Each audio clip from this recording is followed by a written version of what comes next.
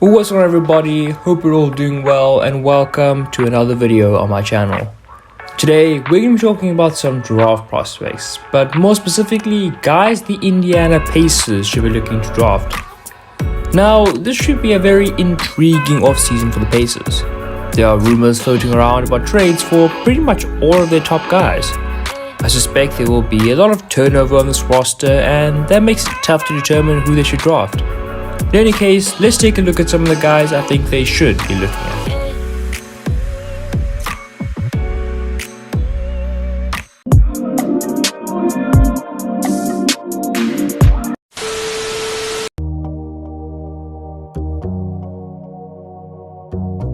Josh Giddey. He averaged 12.2 points and 8 rebounds with 8 assists per 36 minutes in the NBL, shooting 43% from the field and 30% from 3. He's a really creative passer both in the half court and in transition, and possesses the ability to make these passes with both hands. He has incredible timing on his passes and has an instinct for finding guys at the right time. He reads defenses to an exceptional degree and always has his head up looking for passes. He's able to find cutters on a consistent basis and does a good job of controlling the pace and tempo of the game. He gets the basket easy enough and does well to find big men for dump-offs. He's able to make a wide variety of passes including kickouts, wraparounds, and behind-the-back passes. In general, his passes can be very pleasing on the eye. He operates the pick and roll well and can create for himself and others. He also finishes well at the basket and can use both hands when he gets there. He's not the most athletic guy, but when he does find holes in the defense, he penetrates well and his length comes in handy here, as he's able to use his long strides to get past defenders and his long levers to finish past them. He even has a little explosion when he gets ahead of steam to the basket. He has a little floater game and mid-range game in the bag as well, and is a smart off-ball cutter. The shot though is pretty slow and stiff, although he did make enough to keep defenses honest. The shot got better as the season progressed, and he was even a potential threat of the catch and shoot later on in the season. He was a threat of the catch and shoot and even started making shots off the dribble later in the season. The really nice thing about Giddey is that he fits this team with or without Brogdon on the roster. He's a very nice complementary piece and I think there's enough upside to where he could be good value at this pick.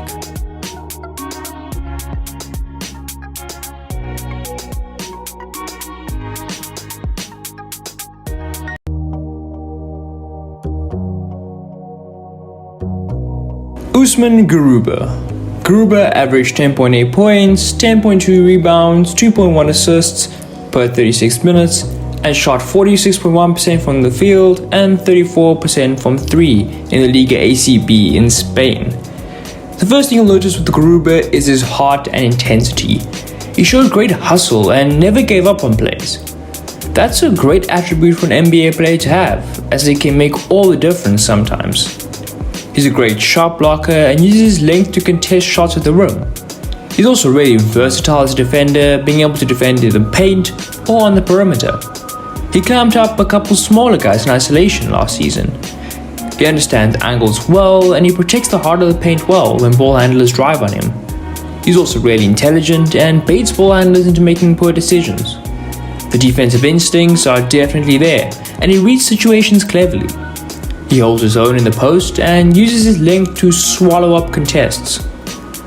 With the ball in his hands, he shows good potential as a rebound and run guy, and he creates scoring opportunities for himself and his teammates from these situations.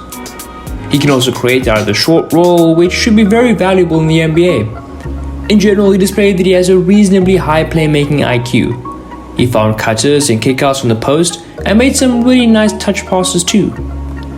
At the basket, he's a relatively good finisher and can finish with both hands. His athleticism comes in here, and he can be an emphatic finisher at times.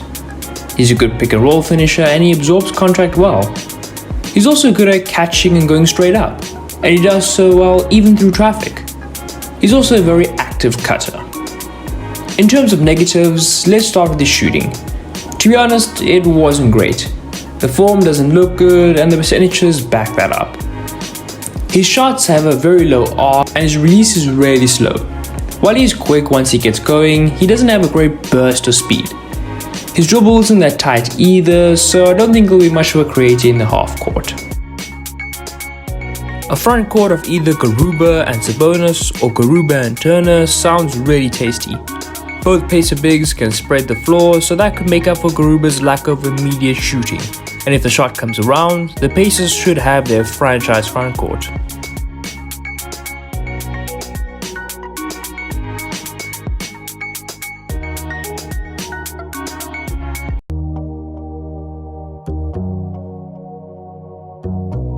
Zaire Williams had a tough season with Stanford. They didn't play any games at home, the offense wasn't suited to him, and he had to deal with a lot of personal issues that meant he was in and out of the team. He averaged 22 points, 9.4 rebounds, and 4.5 assists per 100 possessions, while shooting 37% from the field and 30% from 3. He has a fluid jump shot and can hit them off the dribble. He took a lot of them, which shows that it's a shot he's really comfortable with. His length allows him to have a really high release point, and he's got some range in his jumpers as well. He operates the pick and roll well too, and just punishes defenders who choose to go under on him. The mid-range is an area where he excels in as well. He uses this in the pick and roll too when big men drop on him. The pull-up game is silky smooth, and his jab steps are borderline violent at times. He's also shown an ability to make tough shots in the mid-range. His abilities in isolation weren't always on full display due to Stanford's offense, but when he did get the opportunity, he was lethal, and I buy his potential to do this at the next level. There's potential for him to develop a step back too. His length helps him finish past guys, and that length also translates to the defensive end. He suffocates guys and makes it difficult for them to get good shots off. He's a really good on-roll defender and has good feet in the perimeter. His long arms allow him to poke balls away and get into passing lanes. He also anticipates passes and gets a ton of deflections. He also does a great job of getting around screens, and has even shown potential as a rim protector. He shows flashes as a good pick and roll operator. The handle is really fluid for a guy of his size, and he has a nice feel for making passes. He made some clever kick-out passes, and his height allows him to access passing angles smaller guys simply aren't able to.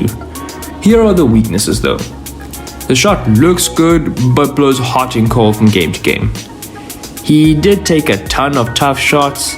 I'm willing to place my confidence in the jumper though, because the mechanics look good, although it could be a touch faster. He struggles to score in the paint. He shot poorly close to the basket, and this is something that he will need to work on the next level. A wing with length who can handle the ball and shoot off the dribble? Isn't that like the most valuable archetype in the NBA today? Yes, there are some issues with Williams that he'll have to work through, but the Pacers have a good enough roster to the point where they can absorb Williams for a year or two and then buy his upside in the future.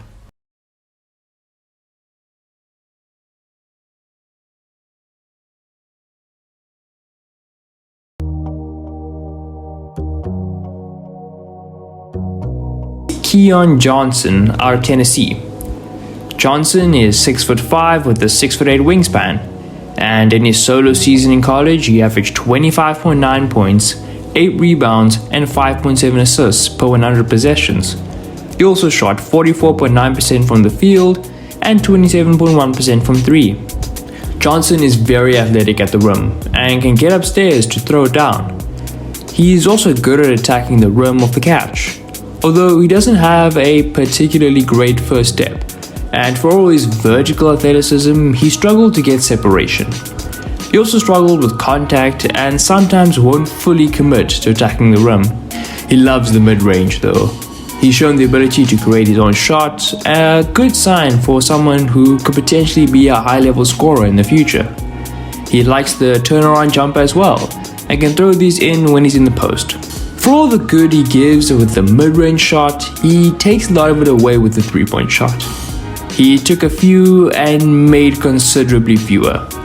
For a guard ranked as highly as he is, this is a big concern, and if it doesn't come along, it'll definitely put a ceiling on how good he can be as a scorer.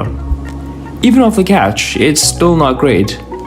His cutting off the ball is very intelligent as well. He's good in transition and can use his speed and athleticism here. He also throws in a couple in and out dribbles and hezzies to help him get to the basket. His athleticism translates to the defensive end as well.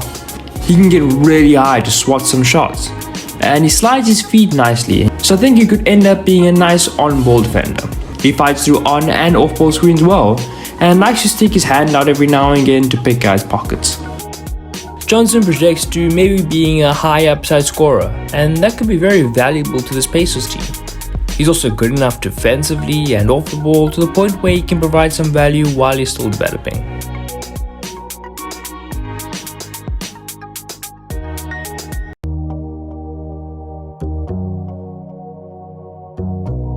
Chris Duarte.